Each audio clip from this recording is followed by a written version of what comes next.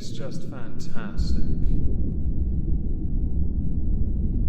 Captain's Log, Subdates 220215.3. The drilling regimen is quite unpopular with the inmates, which I consider good, as I don't want them to be happy, as it defeats the point of punishment and rehabilitation. But those that are themselves health freaks will be fattened up and reconditioned and then put through this process all over again once their laziness kicks in. Welcome everyone to the Halls of Injustice. Today we welcome inmate number 115 to the ISO cubes. His name is Philip Carey. He will be serving a considerably long time here in the ISO cubes for a crime that, quite frankly, is an abuse of position along with many other abuses, which we are going to go into. And yes, they are dark, so expect a trigger warning at the relevant point. As Philip Carey worked in the sector of care, I thought I'd start by talking about that first. The sector of care is one of the most overworked and underpaid sectors of employment.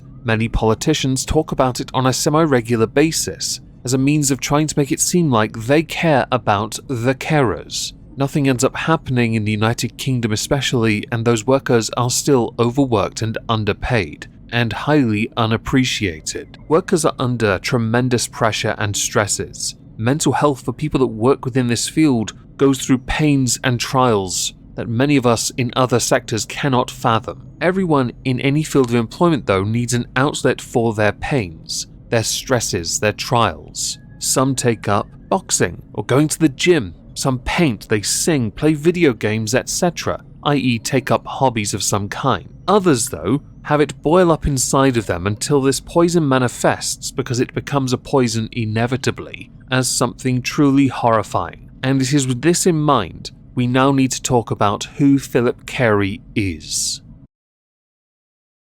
Philip Carey is a 48-year-old man from Blackpool. He did have a nickname. It was Philip Pac-Man Carey. I know, like Manny Pacquiao. Wow! Beyond that, though, all articles that reference him, and they are all linked down below, there are 7 in total, they do not go into his career or life history. I even went and found his Facebook, which I'm not linking, because there's no point. Beyond a profile picture, there is very little information on that Facebook page that would give me anything to indicate how long he worked in the field of care, beyond life event of 2017 as a first aider. But we can assume that because one of the residents at that care home suffered with a mental health condition, that he had experience of dealing with those kinds of people. I make it seem like they're lesser, I don't mean it that way. So he would surely, because of the conditions some of those residents had, the one that we're going to talk about today is the victim of the crime, in fact, committed by Philip Carey, he has experience in this field, which does mean then he is at least specially trained. Which means as we have very little information to go on, we should instead dive straight in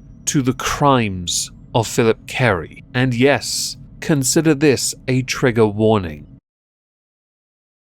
Owing to a lack of information from every source I have provided, it is unknown just how long exactly the violations were going on for before Philip Carey was arrested, but owing to a substantial list of charges, this was hardly a one-time incident. The victim is going to be known as Jane Doe for the remainder of this video, is a 99-year-old at the time of the crime that suffers with dementia, and over a period of time, Philip Carey decided to sexually assault Jane Doe on multiple occasions while he was meant to be caring for her. As the violations increased in number, Jane Doe started to distance herself from her family, owing to a number of reasons. One, poor health was playing a factor. The other was fear that if she said anything, Philip Carey might do something to her. It is not alluded to in any article as to whether or not he was threatening her life. It is likely because of how big a man he is,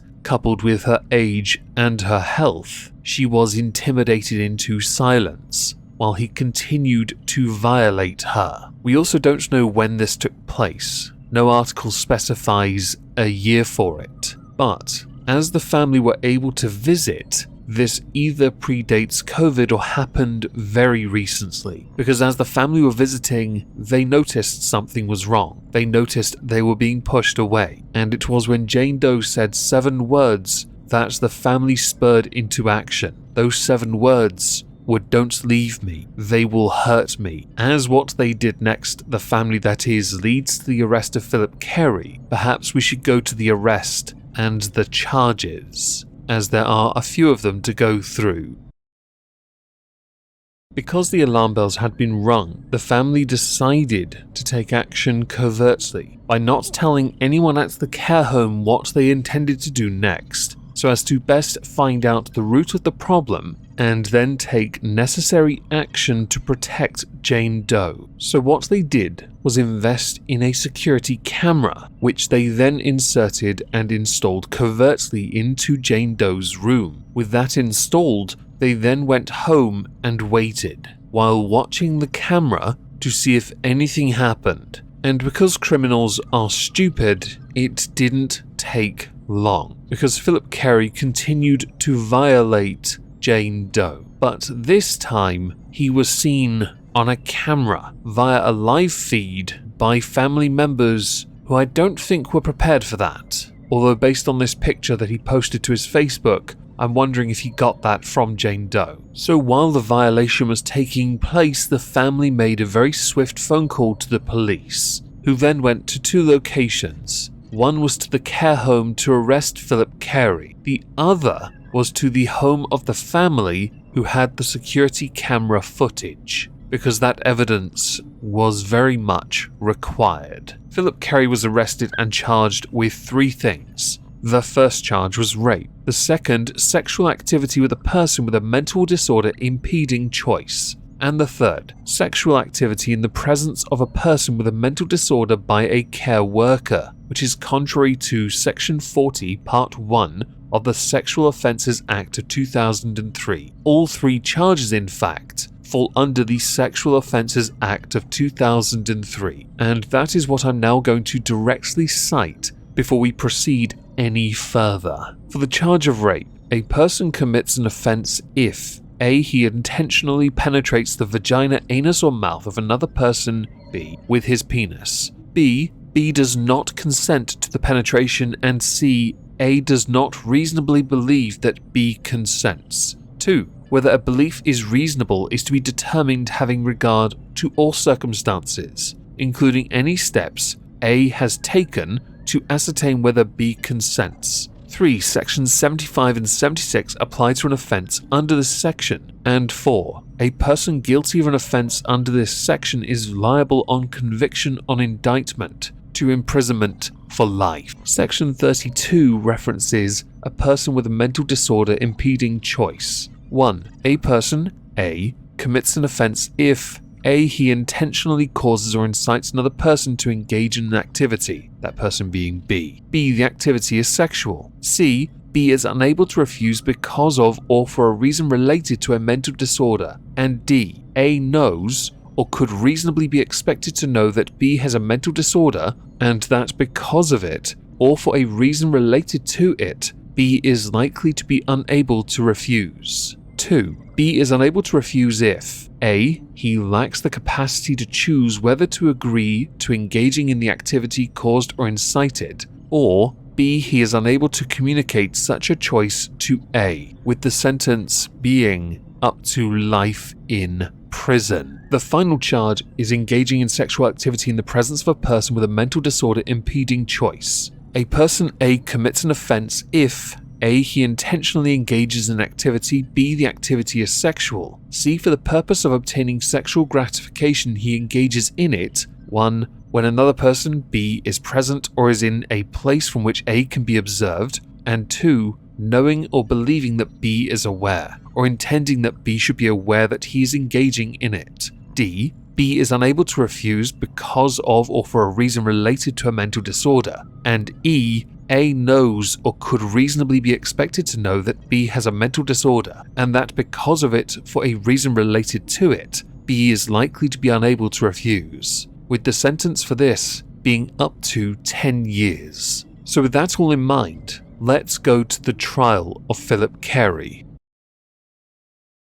Philip Carey was presented with the evidence, which included the camera footage and the forensic evidence gathered from Jane Doe, and Philip Carey pleaded guilty to all 3 charges. By the way, based on UK law, it could well impact the sentence and reduce it, but as I know the sentence, it is a debatable aspect. Because of Philip Carey's guilty plea, we are going to go from this straight to sentencing, but without a cutaway because this segment is quite short. Philip Carey, aka inmate number 115, found guilty of rape, sexual activity with a person with a mental disorder impeding choice, and sexual activity in the presence of a person with mental disorder by a care worker, was sentenced to life in prison, with a minimum tariff falling handily in line with the third charge, which is their maximum sentence for the third charge of 10 years,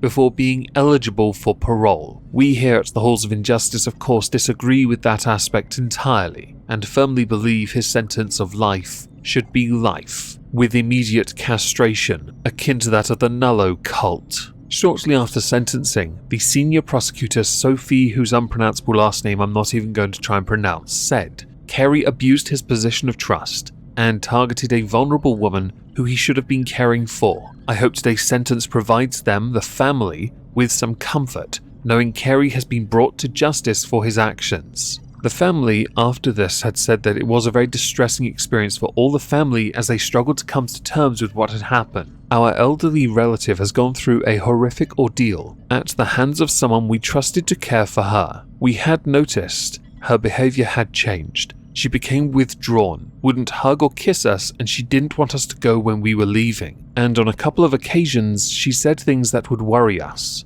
suggesting she would be punished. We were concerned that maybe someone was being unkind or too rough with her, so we decided to install a hidden camera in her room so we could see what was happening. Philip Carey deserves the sentence he got. It is justice by the definitions of the laws of this land. And as we are done, I would very much like to know what you think about this. So please do let me know in the comments down below. If you did enjoy the video, even with the darker tones, please smash the like, leave the obligatory comment, and share the video about, as it really helps this channel. I do hope you all have a wonderful day, and thank you all very much for listening. Ta-ta.